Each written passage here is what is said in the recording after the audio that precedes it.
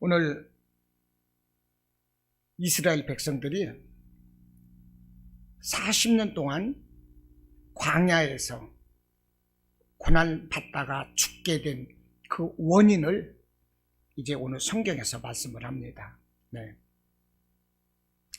이 민수기라는 제목은 무슨 뜻일까요? 이게 민수기가 이 뒤에 장에서 보면 백성들의 수를 이렇게 이제 셌습니다. 몇 명인가. 그렇게 해서 이제 백성들의 수를 세고 뭐 이러면서 이제 민수기가 되는 거예요. 그러나 이게 원래의 이 제목은 광야에서입니다. 광야에서.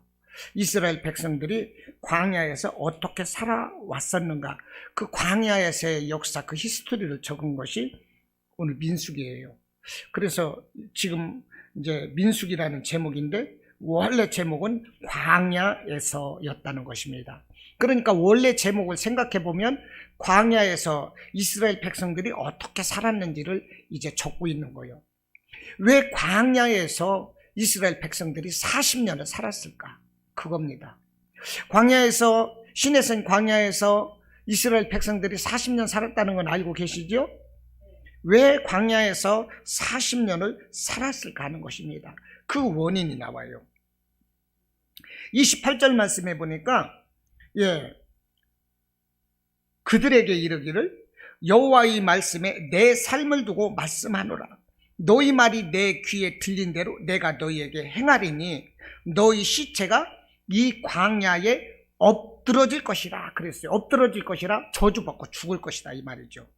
너희 중에서 20세 이상으로서 계수된 자 곧 나를 원망한 자 전부가 광야에서 다 죽을 것이다. 20세 이상 하나님을 원망한 자가 다 죽을 것이다. 그겁니다. 이스라엘에 무슨 일이 일어났었느냐면 이제 이스라엘이 애굽에서 430년 동안 종으로 살다가 애굽에서의 고난이 워낙 말할 수 없는 이 고난을 받다 보니까 이스라엘 백성들이 하나님 이제는 우리를 하나님께서 약속하셨던 가나안 땅으로 우리를 이끌어 주십시오. 이스라엘 백성들은 이렇게 기도했다는 것입니다. 그래서 하나님께서는 아브라함에게 창세기 15장에서 말씀하셨던 것처럼 이제 그 이스라엘 백성들을 애굽에서 이끌어내시는 거예요. 모세를 지도자로 삼아서 이끌어내셔서 홍해 바다를 건너서 이제 가나안 땅으로 가는 것입니다. 그런데 가나안 땅으로 가기 바로 직전, 바로 하루 길이면 가나안 땅에 들어갈 수 있는 그 장소까지 왔어요. 거기가 어디냐면 바란 광야입니다. 그곳이 어디냐면 바란 광야예요. 13장에서 보면 12장 16절 보면 그 후에 백성이 하세롯을 떠나 바란 광야에 진을 치니라 이렇게 말을 하고 있거든요. 바란 광야에 진을 치고 나서 이스라엘 백성들이 뭐라고 말을 했느냐면 우리가 하나님께서 주시겠다고 약속하신 그 땅을 미리 정탐을 하자. 그 땅을 미리 알아보자. 이렇게 하다 보니까 하나님께서 그래 그러면 너희들 들어가서 가나안 땅에 들어가서 그 땅이 어떠한지 알아보고 오거라. 하나님께서 이렇게 허락을 하셨습니다. 이렇게 허락을 하셔가지고 이스라엘의 12지파에서 각 지파에서 대표자 한 명씩을 뽑아가지고요 12명을 가나안 정탐꾼으로 보냈다는 것입니다. 가나안 정탐꾼으로 12명을 보냈는데 그들이 가나안을 며칠간 정탐하고 왔을까요? 40일. 오늘 본문에서 말씀을 하시잖아요. 오늘 본문에서 40일을 정탐하고 온 것을 말씀을 하고 있습니다. 34절 나왔네요. 너희는 그 땅을 정탐한 날 수인 40일의 하루를 그러지요? 그러니까 12지파의 대표자가 한 명씩 선출이 돼서 12명이 가나안 땅을 정탐을 하고 왔다는 것입니다.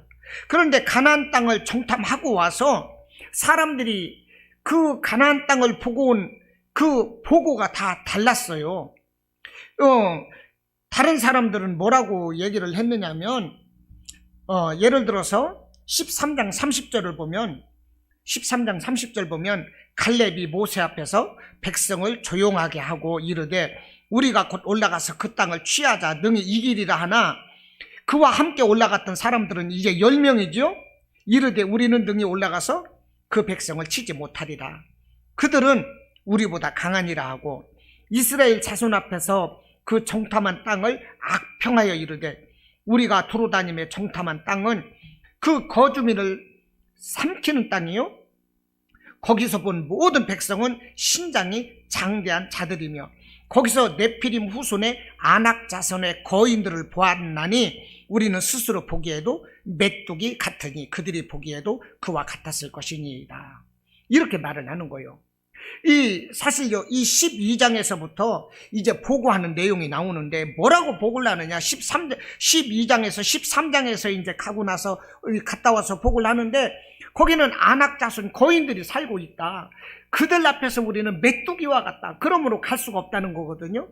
그런데 가나안 땅은 모든 농작물이라든지 뭐 포도송이라든지 과일이라든지 이런 것이 엄청나게 잘 되고 하나님께서 말씀하셨던 것처럼 정말로 젖과 꿀이 흐르는 그런 축복된 땅이었습니다. 그런데 우리는 갈 수 없다는 거예요. 거기 이스라엘 아낙 자손들이 워낙 드세서 우리 이스라엘 백성들이 그 가나안 땅에 들어가면 우리는 바로 그들 앞에 밥이 될 것이다. 우리는 메뚜기와 같이 보잘것없다. 그러면서 그들이 뭐라고 합니까? 모세를 원망하라는 거예요. 모세를 어떻게 원망하느냐? 14장 1절에서 온 회중이 소리를 높여 부르짖으며, 소리 높여 부르짖었다는 게 뭐예요? 백성이 밤새도록 통곡했다는 것입니다. 1절 보니까 이스라엘 자손이 다 모세와 아론을 원망하며 온 회중이 그들에게 이르되 우리가 애굽 땅에서 죽었거나 이 광야에서 죽었으면 좋았을 것을 어찌해서 여호와가 우리를 그 땅으로 인도하여 칼에 쓰러지게 하려 하는가? 이런 식으로 말을 하고 있는 거예요. 우리가 애굽 땅에서 죽었거나 이 광야에서 죽었으면 좋았을 걸. 어찌해서 여호와가 우리를 그 땅으로 인도하여 칼에 쓰러지게 하려 하는가? 우리 처자가 우리 아내와 자녀들이 사로잡히리니 그들에게서 사로잡히리니 애굽으로 돌아가는 것이 차라리 낫지 않겠느냐? 이에 서로가 말하되 우리가 한 지휘관을 세우고 애굽으로 돌아가자. 이렇게 막 불신앙의 말을 하고 있는 것입니다. 그러면서 사람들이 뭐라고 그러느냐? 우리가 차라리 이곳에서 죽는 게 낫겠다. 이렇게 얘기를 하고 있는 거예요. 보십시오. 하나님이 우리를 애굽에서 이끌어내셔가지고 가나안 땅에 들어가서 우리를 죽게 하려고 우리를 애굽에서 이끌어내셨는가? 애굽에 묻을 데가 없어서, 우리 무덤자리가 없어서 우리를 가나안 땅에서 죽게 하려고 우리를 이끌어내셨는가? 차라리 애굽으로 돌아가거나 애굽에서 죽었더라면 좋았을 것을, 차라리 이곳 광야에서 죽었으면 좋았을 것을, 하나님은 어째서 우리를 인도하여 그곳 가나안 사람들의 칼에 우리가 쓰러져 죽게 하려는가? 막 이렇게 불신앙의 말을 하고 있다는 것입니다. 이스라엘 사람들이. 그런데 하나님께서는 이스라엘 백성들에게 뭐라고 말씀하셨습니까? 젖과 꿀이 흐르는 땅에서 너희의 자손들이 하늘의 별과 같고 바다 아래 모래알과 같이 생육하고 번성하며 정말로 이 복을 받으며 복의 근원으로 살 수 있겠다고 하나님은 이와 같은 약속을 하셨는데, 이스라엘 백성들은 그 가나안 땅의 큰 아낙 자손들, 이 사람들을 보고 지레 겁을 먹고 지금 얼어붙어 있는 거예요. 이게 불신앙입니까? 아닙니까? 불신앙인 거죠. 그러니까 하나님이 뭐라고 하십니까? 27절, 나를 원망하는 이 악한 회중에게 내가 어느 때까지 참으랴. 하나님은요, 오래 참으시는 분이세요. 하나님이 오래 참으시기 때문에 모든 죄인들이 오늘날까지도 하나님의 용서 가운데 우리가 살아갈 수가 있는 것입니다. 하나님은 오래 참는 분이시에요. 오래 참으실지라도 하나님께서 또 심판하시는 날이 있는 것입니다. 할렐루야. 그러므로 하나님이 오래 참으신다고 해서 우리가 언제까지 죄를 지을 수는 없는 거예요. 우리가 깨달으면 얼른 회개해야 돼요. 하나님 말씀에 순종하는 것이 축복인 것입니다. 27절 분명히 말씀을 해요. 나를 원망하는 이 악한 회중에게 내가 어느 때까지 참으랴. 이스라엘 자손이 나를 향하여 원망하는 바 그 원망하는 말을 내가 들었노라. 이스라엘 사람들이 뭐라고 원망했어요?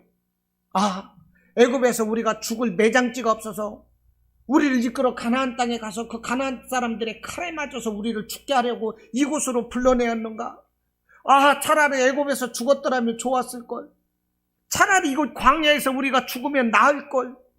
이런 불신앙의 말을 지금 이스라엘 백성들이 하나님 두려운 것을 모르고 이런 불신앙의 말을 하고 있는 거예요. 이게 얼마나 하나님께 이게 얼마나 큰 죄냐고요, 이게. 하나님이 우리를 죽게 하시는 분입니까? 아니거든요. 우리를 살리시는 분인 거예요. 우리를 살리시기 위해서 하나님이신 예수님께서 육신의 모습을 입고 이 땅에 오셔서 십자가를 지시고 나를 대신해서 죽기까지 하셨는데, 나의 질병을 고쳐주시기 위해서 그가 매를 맞으시는 그 아픔을 통해서 나의 질병의 저주를 다 짊어지셨고, 그가 맞으심으로 인하여 내가 나음을 받았다는 것입니다. 우리 예수님은 나를 이렇게 사랑하신다니까요. 그가 부여오신 하나님이시로되 하늘에 보물창고가 있잖아요. 이 세상 우주 만물이 다 하나님 것이잖아요. 만물 하나로 세상을 지으신 그 하나님은요, 가난하지 않으세요. 정말로 부유하신 분인 거예요. 그 부유하신 하나님께서 가난하게 이 땅에 목수의 아들로 오셨어요. 왜 그러셨을까요? 가난한 우리들의 가난의 모든 저주를 우리 주님이 짊어지셨던 거예요. 우리가 부유하도록 하기 위해서. 이렇게 가난의 저주를 짊어지시고 이 땅에 오셨어요. 우리를 부유하게 하시려고. 우리가 죄 가운데서 우리가 새 생명을 얻게 하시려고, 우리의 죄의 저주를 담당하시려고 육신을 입고 이 땅에 오셔서 십자가 고난을 당하셨어요. 그 하나님이신데 하나님이 우리를 죽게 하시는 분이십니까? 그 하나님께 감사는 못할 망정, 영광은 못 돌릴 망정, 나를 그곳에서 죽게 하려고 나를 이끌어냈는가? 차라리 죽어버렸으면 좋겠다. 차라리 가나안으로 우리 지휘관을 세우고 애굽으로 우리 지휘관을 세워서 다시 돌아가자. 이런 불신앙의 말을 하는 것을 하나님이 다 들으셨다는 거예요. 그러면서 28절에서 말씀을 하기를, 그들에게 이르기를 여호와의 말씀에 내 삶을 두고 맹세하노라. 하나님 자신의 이름을 두고 맹세한대요. 그러니 아무도 번복할 수가 없는 거예요. 하나님이 당신의 명예를 걸고 맹세하는데 누가 하나님의 맹세, 하나님의 그 뜻을 꺾을 사람이 누가 있겠습니까? 그래, 하나님이 말씀을 하시는 거예요. 내 삶을 두고 맹세하노라. 너희 말이 내 귀에 들린 대로 내가 너희에게 행하리니. 얼마나 무서워요. 너희들 여기서 죽는다고 그랬지? 여기서 죽는 게 낫겠다고 그랬지? 그러면서 말씀하시는 거예요. 너희 시체가 이 광야에 엎드러질 것이라. 너희 중에서 20세 이상으로서 계수된 자, 20세 이상은 어른이거든요. 20세 이상으로서 계수된 자, 20세 이상 모든 사람들은, 나를 원망한 모든 사람들은 여분네의 아들 갈렙과 눈의 아들 여호수아 외에는 이 광야에서 다 엎드러져 저주를 받고 죽을 것이다. 이렇게 말씀을 하고 있는 것입니다. 그러면서 너희들이, 우리의 자녀들도 그들에게 붙잡혀 다 죽을 것이다. 이렇게 말을 했잖아요. 그런데 하나님이 말씀을 하시는 것입니다. 너희가 사로잡히겠다고 말하던 너희의 유아들은, 너희의 자녀들은 내가 인도하여 드리리니 그들은 너희가 싫어하던 그 가나안 땅을 보려니와. 그들만이 눈의 아들 여분네의 아들 갈렙과 눈의 아들 여호수아와 더불어서 너희의 자녀들만이 가나안 땅에 갈 것이고 너희들은 여기서 다 죽을 것이다. 이렇게 말씀을 하는 거예요. 그런데요, 중요한 것이 뭐냐면 보십시오. 32절에 너희의 시체는 이 광야에 엎드러질 것이요 너희의 자녀들은 너희 반역한 죄를 지고 너희의 시체가 광야에서 소멸되기까지 40년을 광야에서 방황하는 자가 되리라 그랬어요. 40년 동안 광야에서 방황하는 자가 되리라. 40년간 광야에서 고난받을 것을 말씀을 하는 것입니다. 그래서 이스라엘 백성들은 정확하게 40년 동안 광야에서 고난을 받았어요. 왜 40년일까요? 34절에서 말씀을 합니다. 너희는 그 땅을 정탐한 날 수인 40의 하루를 1년으로 쳐서 그 40년간 너희의 죄악을 담당할지니 이렇게 말씀을 하는 거예요. 이스라엘의 12지파에서 한 명씩을 착출해서 가나안 땅을 보냈는데 40일 동안 가나안 땅을 보았다는 것입니다. 그런데 그 불신앙의 어떤 그런 보고를 했잖아요. 그래서 그 징계로 가나안 땅을 정탐했던 그 하루를 1년으로 쳐서 40일을 보고 왔기 때문에 40년 동안 너희들은 시내산 광야에서 고난을 당하다 죽을 것이다. 하나님께서 이렇게 말씀을 하고 있는 것입니다. 여러분, 하나님 앞에서 우리는 정말로 살리는 말을 해야 됩니다. 하나님이 보시기에 내 자녀는 옛날에는 세상 사람이었고 말을 함부로 하고 말이 다듬어지질 않았고 정말로 세상적인 양아치 같고 거지 같은 말만 하더니 하나님을 믿더니 내 자녀들이 이렇게 성숙해졌구나, 인격적으로 이렇게 말이 달라졌구나, 성품이 달라졌구나, 이런 모습을 하나님이 보셔야 되는 것입니다. 우리의 모습을, 우리의 이렇게 달라진 모습, 성화된 모습을 우리가 하나님께 보여드려야 돼요. 그런데 우리가 날마다 아이고 죽겠네, 아이 돼지겠네, 힘들어 돼지겠네, 이런 식으로 누군가 말을 한다고 보면 이건 아직도 변화되지 못한 세상 사람인 거지요. 안 그렇습니까? 말할 때마다 막 핏대를 내고 막 성질을 막 바락바락 내고 욕을 한다면 이 사람은 하나님의 사람이 아닌 거지요. 믿음의 사람들은요, 말을 하더라도요, 아름답고 공손하고 예의 바르고 인격적이고, 누가 내 말을 듣더라도 그 사람 정말 예수 믿는 사람이구나, 그 사람 말을 들으면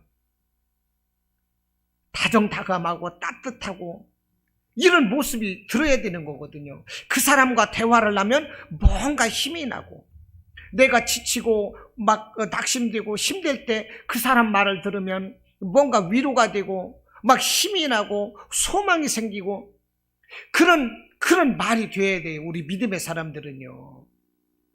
할렐루야. 이런 말을 해야 되는 것입니다. 이 말은 우리의 이 대뇌를 움직입니다. 우리를 움직이는 것이 무엇입니까? 우리를 움직이는 것은 우리의 대뇌예요. 대뇌. 내가 손끝 하나를 움직이고, 예를 들어서 발가락 하나를 움직이는 거, 이런 거 하나를 짚는 것도요, 내가 눈으로 보는 것을 내 대뇌에서 명령을 순간적으로 내리면 내 몸이 따르는 거예요. 이게 내 뇌에서 명령을 내릴 때. 그런데 중요한 것은 나의 그 뇌에 명령을 내리는 것이 무엇인지 아십니까? 말이에요. 말이에요. 내가 말을 할 때 그 말을 듣는 대로 대뇌에서 명령을 하는 것입니다. 그래서 내가 슬플 때도 내가 말로 기분 좋아 그러지 않습니까? 그러면 내 대뇌는 정말로 기분 좋은 줄 알고요, 기분 좋은 호르몬을 엔돌핀이라든지 다이돌핀이라든지 이런 것을 막 발생시킨다는 거예요. 내가 누군가로 인해서 기분이 엄청 상해 있고 막 낙심되고 좌절되어 있을 때 그와 같은 분위기를 얼른 돌이키는 게 중요하거든요. 그와 같은 분위기에서 돌이키지 못하면 어떻게 돼요? 우울증이 깊어지고 자살하게 되는 거예요. 그럴 때 그와 같은 분위기를 돌이켜야 되는데, 그러기 위해서는 취미 생활을 한다든지 밖을 나가서 바람을 쏘인다든지 이렇게 릴렉스 하면서 뭐 호흡을 크게 한다든지 이런 것도 좋지만 말로 바꾸는 거예요. 아, 나는 기분 좋아. 내가 이것도 감사해. 내가 너무 지금 힘들고 이러지만 이것도 감사해. 나는 이것도 너무 감사해. 나는 이것도 너무 기뻐. 아무것도 아닌데 거짓말이라도 이렇게 말을 하면 진짜 감사한 마음이 들고 기쁜 마음이 들어요. 누군가 원망스럽고 미워가지고 막 죽을 것 같아. 막 눈에서 막 불이 일어나고 가슴에서 막 불이 일어나고 아무것도 할 수가 없어. 이성을 막 잃어버릴 것 같아. 그럴 때 말로 모두가 나 때문이야. 오죽하면 그러겠어. 모든 건 내가 잘못이야. 내가 문제야. 전혀 깨달음이 없을지라도 이렇게 말을 해보라 하는 거예요. 그러면 정말 내 문제같이 느껴진다니까요. 왜냐? 내 말을 따라서 이 대뇌가 그렇게 온 몸에 명령을 내리는 거예요. 우리 몸에 엔돌핀이 돌면 어떻게 돼요? 우리 몸이 건강해지고 소화 안 되는 것도 소화가 되고 병이 낫고 그런다고 그랬잖아요. 그런데 그거보다 더 강력한 것은 다이돌핀이라고 그랬어요. 그 전에 제가 설교를 했었는데 다이돌핀은 엔돌핀의 2000배라고 그랬던가요? 4000배라고 그랬던가요? 예를 들어서 우리가 기쁘다 고맙다 이런 말을 하면 우리를 살리고 우리를 치료하는 이런 물질이 엔돌핀이 약 200배 정도인가 이렇게 몸에서 나온다고 그래요. 예를 들면. 그런데 하고 내가 감동을 받는다거나 내 말을 통해서 감사가 나오거나 막 감격을 받고 막 이럴 때 있잖아요. 이럴 때 다이돌핀이 나오는데 이 다이돌핀은 엔돌핀의 4000배인가 이렇다 하는 것입니다. 그러니까 이런 엔돌핀이라든지 다이돌핀이 내 몸에서 생성되면 암덩어리도 그냥 나서버리는 거예요. 내 말이 그만큼 중요한 것입니다. 하물며 우리가 하나님 앞에서 불신앙의 말, 죽는 말, 부정적인 말을 해서는 절대 안 되는 거예요. 하나님이 지금 뭐라고 하십니까? 너희 말이 내 귀에 들린 대로 내가 너희에게 행하리니. 그러니까 우리가 어려움이 있다고 그래서 고난이 있다고 그래서 내가 기도해도 하나님이 응답이 없는 것 같아. 그럴지라도 그렇다고 그래서 내가 부정적인 말을 하면 돼요, 안 돼요? 안 됩니다. 하나님 응답해 주시는 거 믿습니다. 내 기도한 거 하나님 들으셨습니다. 응답해 주셨습니다. 미리 받을 것을 알고 입으로 시인하십시오. 그게 중요한 거예요. 할렐루야. 우리는 하나님 앞에 오늘 이스라엘 사람들처럼 범죄해서는 안 돼요. 하나님 앞에 큰 범죄가 뭐냐? 입술로 짓는 범죄인 거예요. 입술로 짓는 범죄. 그런데 우리는 아무것도 아닌 줄 알아요. 입술로 짓는 범죄가 아무것도 아닌 줄 알고 그냥 수시로 범죄를 하는 거야, 이게. 그래서 내가 살고 죽는 것이 혀의 권세에 달려있다. 야고보서는 말씀을 하잖아요. 이 새치 혀도 안 되는 것이 배를 움직이는 키와 같다고 그러잖아요. 배를 움직이는 것은 키거든요. 배 뒤에 강아지 꼬랑지 달리듯이 키가 달려갖고 요 트는 대로 큰 배가 이쪽으로 갔다 이쪽으로 갔다 그런다는 거예요. 자동차는 움직이는 것이 핸들 하나를 틀면 오른쪽 가고 왼쪽 가고 하지만 이 배는 어때요? 이 뒤에서 키 하나가 조절을 하는 거예요. 그러면 큰 배가 방향이 달라져요. 큰 배를 움직이는 이 키와 같이 우리가 죽고 사는 이 권세가 이 셋이 혀에 달려있다는 것입니다. 그러므로 우리는 정말로 믿음의 말을 해야 되고 긍정의 말을 해야 되고 감사하는 말을 해야 되고 하나님 기뻐하는 말을 하시기 바랍니다. 우리가 하나님께 기뻐하는 이런 말을 하면은요 세상에서도 감동받아요. 세상 사람들도 우리가 하나님 기뻐하는 말을 하면 세상 사람들도 기뻐하고 우리들의 인격을 알아주게 돼요. 할렐루야. 이렇게 질문을 할 수가 있습니다. 그러면 지금 이와 같은 사단이 가나안에 정탐을 갔다 와가지고 10명은 가나안 땅을 악평해서 우리는 그 땅에 갈 수 없다. 하나님이 주신 약속의 땅이고 거기에는 풍성한 이렇게 은혜가 넘치는 땅이지만 우리는 거기 가면 메뚜기와 같이 다 죽는다. 이렇게 악평을 열명히 했거든요. 왜 이런 일이 발생을 했을까? 이것은 가나안 땅을 들어갔기 때문에 문제거든요. 하나님께서는 가나안 땅을 주시겠다고 말씀을 하셨는데, 그러면 그냥 말씀을 믿고 가나안 땅을 가게 하면 될 것인데, 왜 가나안 땅을 가가지고 그 땅을 보고 오라? 왜 이렇게 한 것일까? 왜 이스라엘 백성들은 하나님의 말씀을 믿고 그냥 가나안 땅에 들어갔으면 되는 것이지, 왜 가나안 땅을 가서 미리 총탐을 해가지고 이런 사단이 벌어진 걸까? 바로 그겁니다.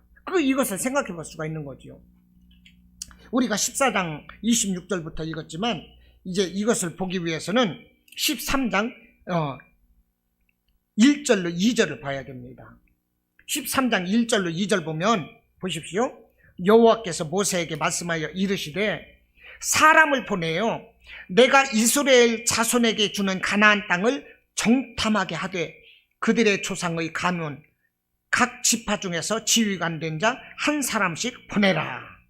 그러니 모세가 여호와의 명령을 따라 바란 광야에서 그들을 보냈으니 그들은 다 이스라엘 자손의 수령된 사람이라. 이렇게 말하지요. 그러니까 가나안 땅에 이 이스라엘의 12지파의 각 대표자 한 사람이 갔던 이유가 무엇입니까? 이 민수기 13장 2절에서는 하나님께서 정탐하게 하되 그 사람들을 보내라. 하나님이 이렇게 보낸 것으로 되어 있지요. 그런데요, 신명기 1장에서는 이렇게 말씀을 안 씁니다. 신명기 1장에서는 또 다르게 말씀을 해요. 신명기 1장에 신명기 1장 21절인가?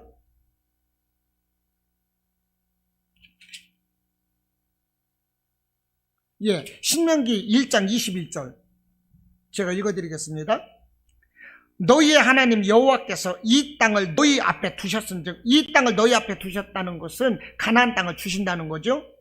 예, 두셨은즉 너희 조상의 하나님 여호와께서 너희에게 이르신 대로 올라가서 차지하라. 가나안 땅을 차지하라 하는 것입니다. 두려워하지 말라, 주저하지 말라 한즉 너희가 다 내 앞으로 나와 말하기를, 우리가 사람을 우리보다 먼저 보내어 우리를 위하여 그 땅을 정탐하고 어느 길로 올라가야 할 것과 어느 성읍으로 들어가야 할 것을 우리에게 알리게 하자 하기에 내가 그 말을 좋게 여겨 너희 중 각 지파에서 한 사람씩 12를 택하매.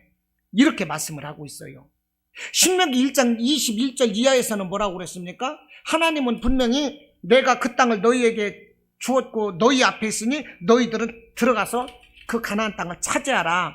두려워하지 말고 주저하지 말라. 하나님은 이렇게 말씀을 하시는데, 이스라엘 백성이 뭐라고 그래요? 모세 앞에 나와서 우리가 사람을 우리보다 먼저 보내서 우리를 위하여 그 땅을 정탐하게 하자. 그래서 우리가 가나안을 들어가되 어디로 먼저 어떻게 들어갈 것인가 우리가 그것을 먼저 알자.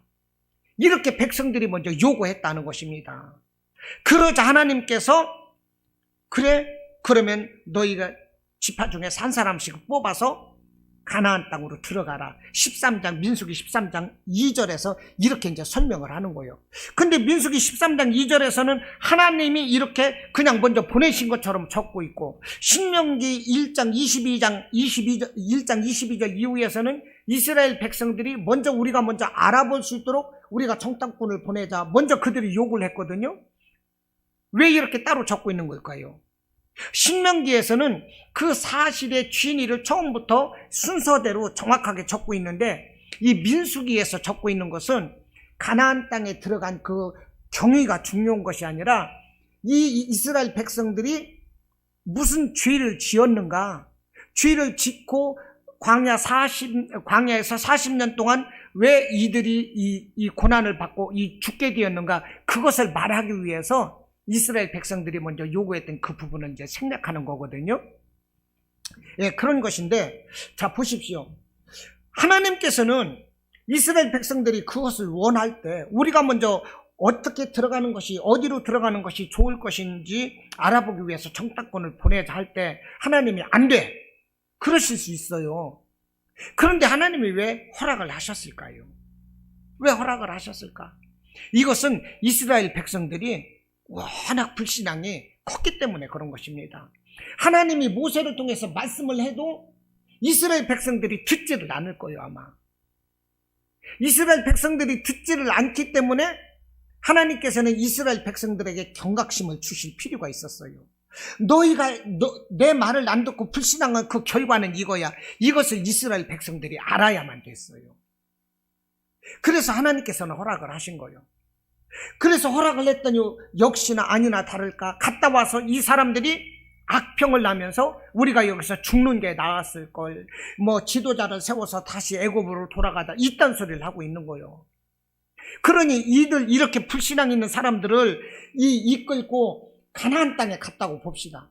가나안 땅에 가면은 이제 해야 될 일이 뭐겠어요? 가나안 사람들을 쳐서 물리치고 그 땅을 차지해야 되는 거거든요. 그런데 하나님께 대한 불신앙의 사람들이 이 아낙 자손과 같은 큰 거인들을 쳐서 물리칠 수가 있겠습니까? 하나님께 대한 불신앙이 이렇게 가득 찼는데, 불신이 가득 찼는데 어떻게 그들이 하나님 말씀 따라서 순종하면서 가나안의 거인들과 싸울 수가 있겠느냐 하는 것이에요. 싸울 수가 없어요. 싸우기도 전에 질 수밖에 없는 거예요. 싸우기도 전에 져버리면 어떻게 되겠어요? 하나님이 힘들여서 가나안 땅으로 이끌었다 할지라도 거기에서 져버리면 이스라엘은 그냥 끝나버리는 거 아닙니까? 거기에서 멸망당하는 거 아니겠어요? 그렇기 때문에 그것을 막기 위해서라도 하나님께서는 가나안 땅에 들어가서 정탐하는 것을 허락하시고, 그러고 나서 이 사람들에게 그 불신앙의 이 고난 같은 것을 통해서 깨닫게 하시는 거예요. 그러니까 우리는 그저 우리가 깨닫지 못한다 할지라도 하나님이 무슨 말씀을 주셨으면 그냥 아멘으로 받는 것이 우리에게는 축복인 것입니다. 우리에게는 그게 축복인 거예요. 또 이스라엘 백성들이 가나안 땅에 들어가서 그 땅을 차지했다고 치자고요. 그 거인들을 이기고 그 땅을 차지했다고 쳐요. 그러면 그 땅을 차지하고 나서 그 땅의 모든 우상이라든지 이런 것을 물리치고 오직 하나님의 말씀으로 하나님만을 높이는 여호와 유일신의 사상으로 이제 살아가야 되는데, 그런 기반이 마련되겠습니까? 안 되는 거예요. 여러 가지 안 돼요. 그렇기 때문에 하나님께서는 이스라엘 백성들이 워낙 그 불신앙에 젖어 있는 걸 알았기 때문에 이들을 연단할 필요가 있었던 거예요. 이들을 연단시키고 교육시킬 필요가 있었어요. 그러니까 하나님께서는요, 우리가 뭔가를 요구할 때 우리가 꼭 믿음이 있어서 응해 주시는 것이 아니라 우리가 불신앙에 불순종할 때도 하나님께서는 들어주실 수가 있어요. 왜냐? 들어주심으로 인해서 너 한번 깨달아봐. 너 한번 당해봐. 하나님 말씀에 불순종하고 너의 생각대로 이렇게 하려고 하는 것이 얼마나 잘못된 건지 한번 당해봐. 하나님은 이런 차원에서도 우리가 바라고 기도하는 것을 이루어 주실 수 있다니까요. 그러니까 무엇이 잘된 것이고 무엇이 잘못된 것인지, 무엇이 하나님이 기뻐할 것인지 우리는 깨달음이 있어야 되고 분별력이 있어야 되는 것입니다. 할렐루야. 그것이 있어야 되는 거예요. 이스라엘 백성들은 분별력도 없고 깨닫는 것도 없고 오직 그 불신앙 가운데서 하나님을 진노를 샀던 사람들이에요. 자, 보십시오. 우리가 35절까지 읽었는데요, 35절에서 나 여호와가 말하였거니와 모여 나를 거역하는 이 악한 온 회중에게 내가 반드시 이같이 행하리니 그들이 이 광야에서 소멸되어 거기서 죽으리라. 엄한 말을 모세를 통해서 이스라엘 백성들에게 책망을 하시는 거예요. 그러니까 이스라엘 백성들이 뭐라고 하느냐? 그때서 회개를 해요. 아이고, 우리가 하나님께 큰 죄를 지었구나. 그러면서 무슨 짓을 합니까? 36절에서 우리가 읽어보지는 않았지만 이렇게 말을 하는 거예요. 모세의 보냄을 받고 땅을 정탐하고 돌아와서 그 땅을 악평하고 온 회중이 모세를 원망하게 한 사람 곧 이제 그들은 다 죽고 그랬는데, 이제 39절을 보겠습니까? 39절 보면 모세가 이 말로 이스라엘 모든 자손에게 알림에 너희들은 죽을 것이다, 이것을 알림에 백성이 크게 슬퍼했대요.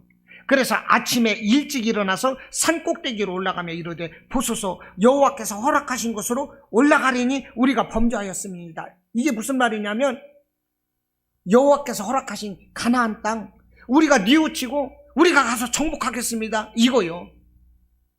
하나님께서는 내가 너희 말 들은 대로 행할 것이니 너희들은 이곳에서 다 죽을 것이다. 이곳에서 40년 동안 고통받다 다 죽을 것이다. 이렇게 하나님께서 책망을 하시니까 아이고 큰일 났네 하고 그들이 스스로 일어나서 산을 올라가는 거예요. 가나안 땅으로 막 가는 거예요. 우리가 잘못했나이다. 우리가 다시 가나안 땅 가겠습니다. 그럴 때 모세가 뭐라고 하느냐? 41절에서 모세가 이르되 너희가 어찌하여 이제 여호와의 명령을 범하느냐? 이 일이 형통하지 못하리라.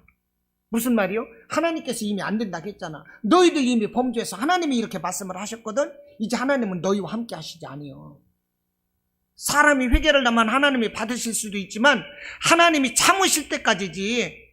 하나님이 그렇게 하시지 말라고 하는데 너희 뜻대로 했다가 하나님이 그렇게 책망하신다고 하니까 너희 마음대로 또 거기 갈 테면 가고 마음대로 해봐. 하나님은 함께 하시지 않을 거야.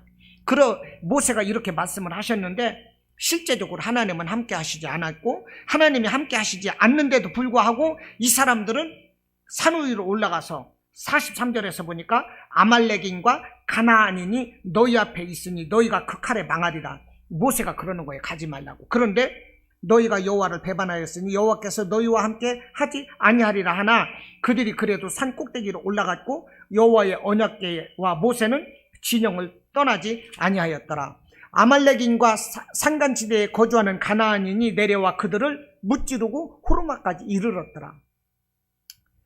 아말렉인과 산간지대에 거주하는 그때 우리는 순종을 해야 되는 거예요. 할렐루야. 하나님이 말씀을 하실 때 아니 우리는 뭐 하나님 말씀대로 따르는 것이지요. 하나님이 이래라 할 때는 청개구리처럼 이쪽으로 갔다가 하나님이 안 되겠다, 이놈들 심판해야 되겠다, 그때는 이미 늦다 이 말입니다. 이스라엘 사람들이 그때서야 겁을 먹고 우리 하나님 말씀 따르겠습니다 하고 지들 마음대로 막 산꼭대기에 올라가갖고 적진을 향해서 막 나갔어. 모세가 그러지만 하나님은 너희와 분명히 안 하셔. 너희들은 죽어, 가지마. 그런데도 그렇게 감으로 인해서 하나님의 노여움을 좀 이렇게 해보려고 그랬지만 그들은 결국 적군들에게 무찔름 당하고 죽었다는 거예요. 여러분, 우리는 하나님의 말씀을 생명으로 여겨야 됩니다. 하나님이 내게 말씀하시는 건 생명의 말씀으로 받아야 돼요. 아멘으로 받아야 돼요. 할렐루야. 아멘으로 받고 하나님이 기뻐하는 그런 삶을 살아야 되는 것입니다. 무슨 말을 하더라도 하나님 기뻐하시는 말을 하고, 지금 하나님의 말씀을 누가 전달하고 있습니까? 그들의 지도자 모세가 말을 하고 있는 거예요. 모세가 누구입니까? 이스라엘 백성들이 성도라면 모세는 목회자인 거예요. 목사. 하나님께서는 오늘날 목회자를 통해서 성도들에게 말씀을 하시는 거예요. 믿으십니까?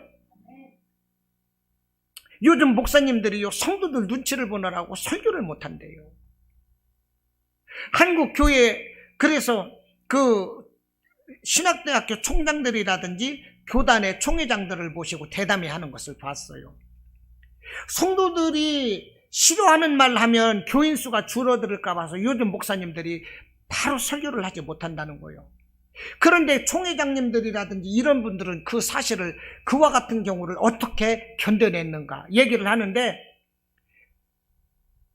담임 목사가 하는 말을 고깝게 듣고 기분 나쁘게 듣는 사람은, 사람의 말로 듣는 사람은 담임 목사가 그 사람들을 별도로 불렀대요.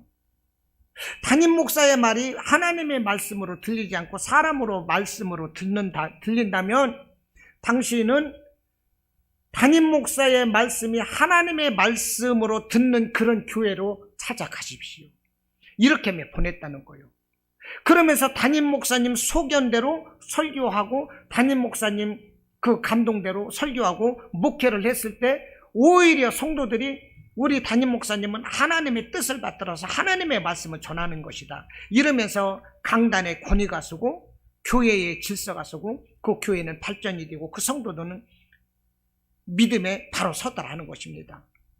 그런데 요즘 보십시오. 오늘 모세가 이렇게 말을 하는데도 이스라엘 사람들이 말을 안 들었잖아요. 그와 똑같아요. 담임 목사가 강단에서 설포를 하고 담임 목사가 하나님께 받은 어떤 감동을 가지고서 신앙의 권면을 하면 그것을 가지고 아멘하고 받아들이고 예 알겠습니다 하는 것이 아니라 내가 어린애입니까? 기분 나쁘게. 이렇게 말을 해요. 내가 어린애입니까? 나도 알아들을 만큼 나이 먹었어요. 아니, 누가 몰라요? 나이 먹었지, 그럼.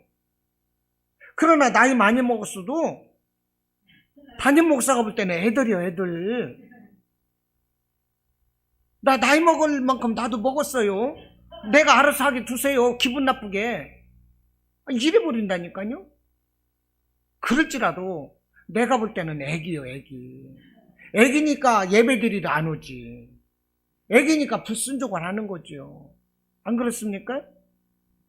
하나님 말씀에 순종하시기를 바랍니다. 아멘 하시기를 바랍니다.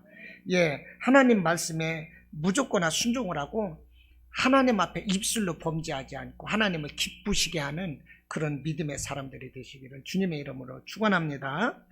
아멘.